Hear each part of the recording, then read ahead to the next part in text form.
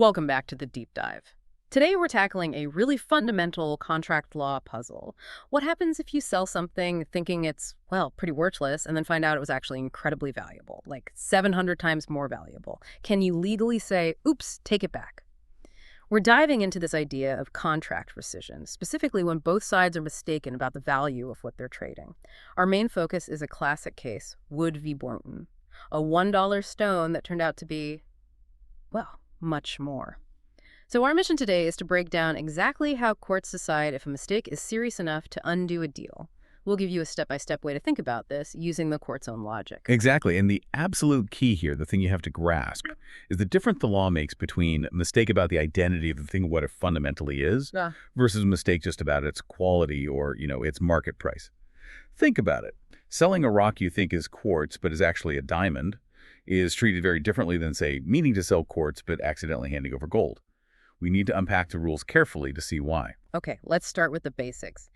If a seller makes a deal and then immediately realizes, oh no, that was worth way more, what legal options do they even have to try and get the item back?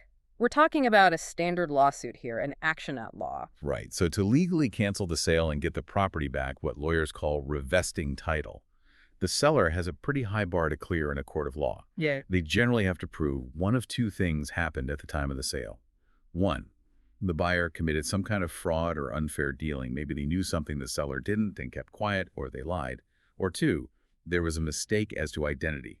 This means the actual item handed over wasn't the item they both thought they were dealing with. It's about the thing itself being wrong. Got it. So either outright cheating by the buyer or a fundamental mix-up about the object. Let's apply this to Wood v. Boynton. It's an old case, 1885 Wisconsin Supreme Court, but foundational. First, lay out the legally important facts. Okay, the facts are pretty simple. Back in 1883, you have the plaintiff, Miss Wood. She owns this small stone, doesn't really know what it is. She'd apparently been told once it might be a topaz, something not very valuable. She takes it to the defendant, Mr. Boynton, who's a jeweler. She asks him what it is. He looks at it, says he doesn't know what it is, but offers her $1 for it. Maybe keep it as a curiosity.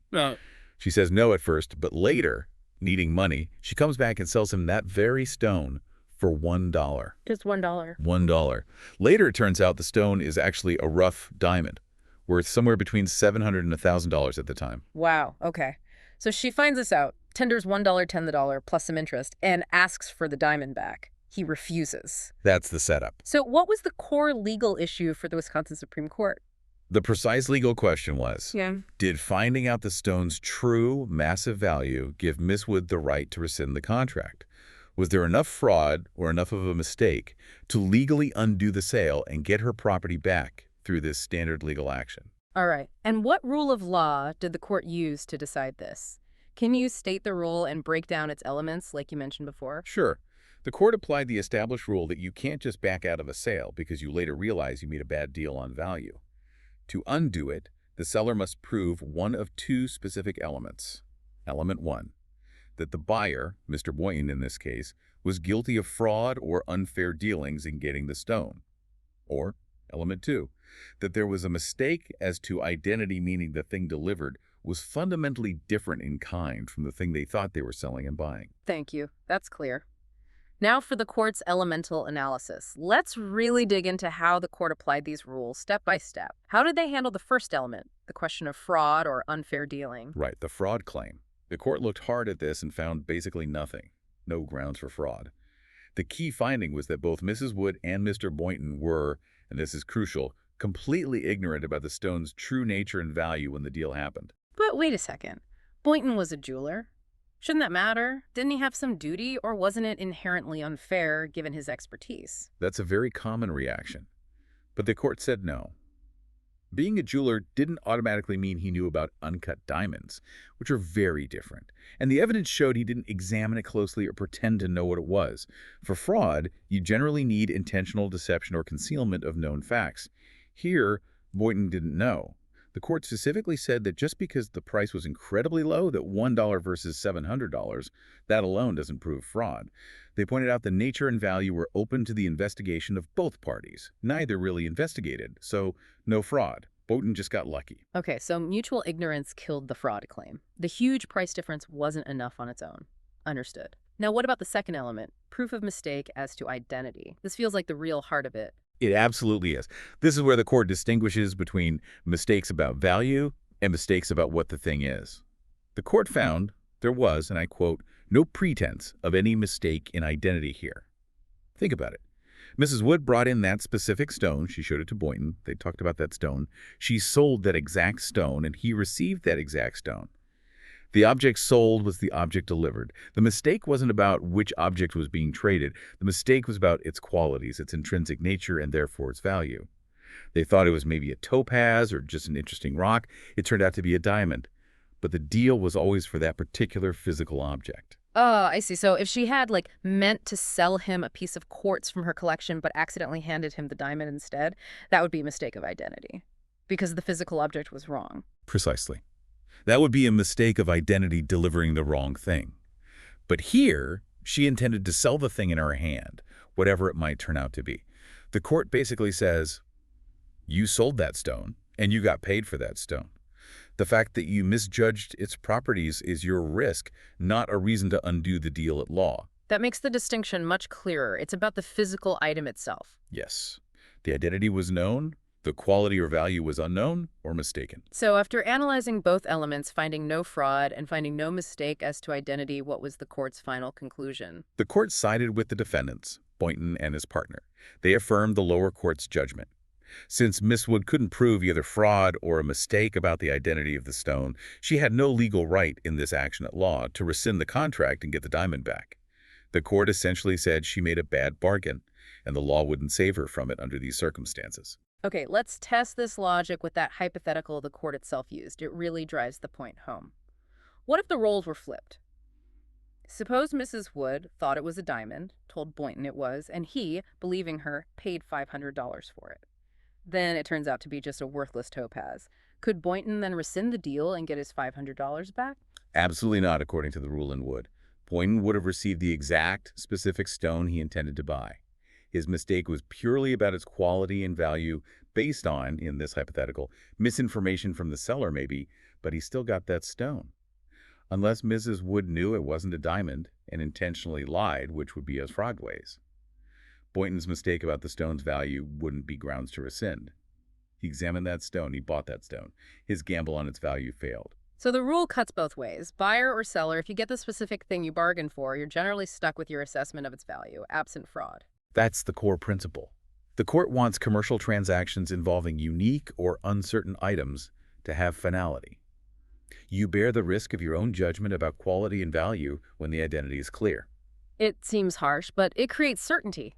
You know, the court said the value was open to the investigation of both parties. She could have gotten it appraised first. She chose not to. Exactly. It's a bit like caveat emptor buyer beware, but applied here to the seller as well. You beware of what you're selling if you don't know its true value. Now, you mentioned something really interesting earlier about the type of court action. The Wood Court was careful to say this was an action at law. Why is that distinction between law and equity so important here? It sounded like a potential loophole. Ah, yes. This is a crucial bit of legal nuance. Historically, and still relevant today in concept, there were separate court systems. Courts of law applied strict legal rules like the two elements for rescission we discussed. They award remedies like money damages or return of property based strictly on those rules. Courts of equity, on the other hand, were courts of fairness or conscience. They could look beyond the rigid rules and ask, is this outcome fundamentally unjust? They could grant remedies like ordering someone not to do something, an injunction, or, importantly, canceling a contract, rescission, if enforcing it would be deeply unfair, even if no strict legal rule was broken. So the law court was stuck with its two-part test. But an equity court might have seen that one for $700 deal and felt differently. Precisely. The Wood Court itself flagged this. They explicitly said, and I'm paraphrasing slightly, whether this huge difference in price would matter in an equity case. Well, we don't need to decide that here. This hints that while Mrs. Wood failed under the strict legal rules for getting the property back, the massive unfairness of the situation might have persuaded a court of equity to cancel the deal on grounds of fairness or unconscionability or preventing unjust enrichment. That's fascinating. So Wood v. Boynton might not be the absolute final word if the fairness argument is strong enough and brought in the right way. It shows the limits of the legal holding. It settled the rule at law but left the door open, conceptually, for equity. So this deep dive gives you a really practical checklist now for analyzing these situations. 1. Identify the claim. Is someone trying to undo a deal based on a mistake? Know the bar is high. 2. Check for fraud. Was there actual deception? Did one side know something critical and hide it?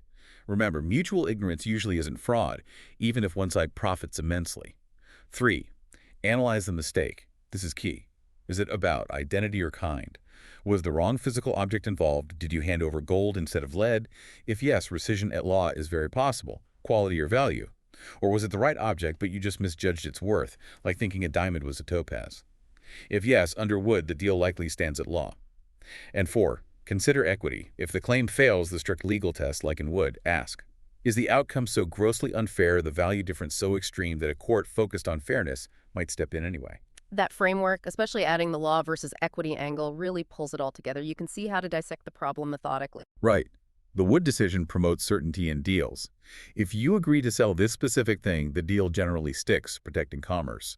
Otherwise, imagine the chaos if every antique sale or flea market find could be unwound later. But it definitely leaves you thinking about that fairness aspect. As the court hinted, no such fraud as would authorize the vendor to rescind and bring an action at law. That qualifier is huge. It is. So the final thought for you is this. What if Miss Wood hadn't sued at law to get the diamond back, but had gone to a court of equity, arguing it was simply unconscionable for Boynton to keep a $700 diamond he bought for $1 due to a shared massive mistake? Could pure, overwhelming unfairness alone have been enough grounds for that kind of court to cancel the sale? Something to chew on.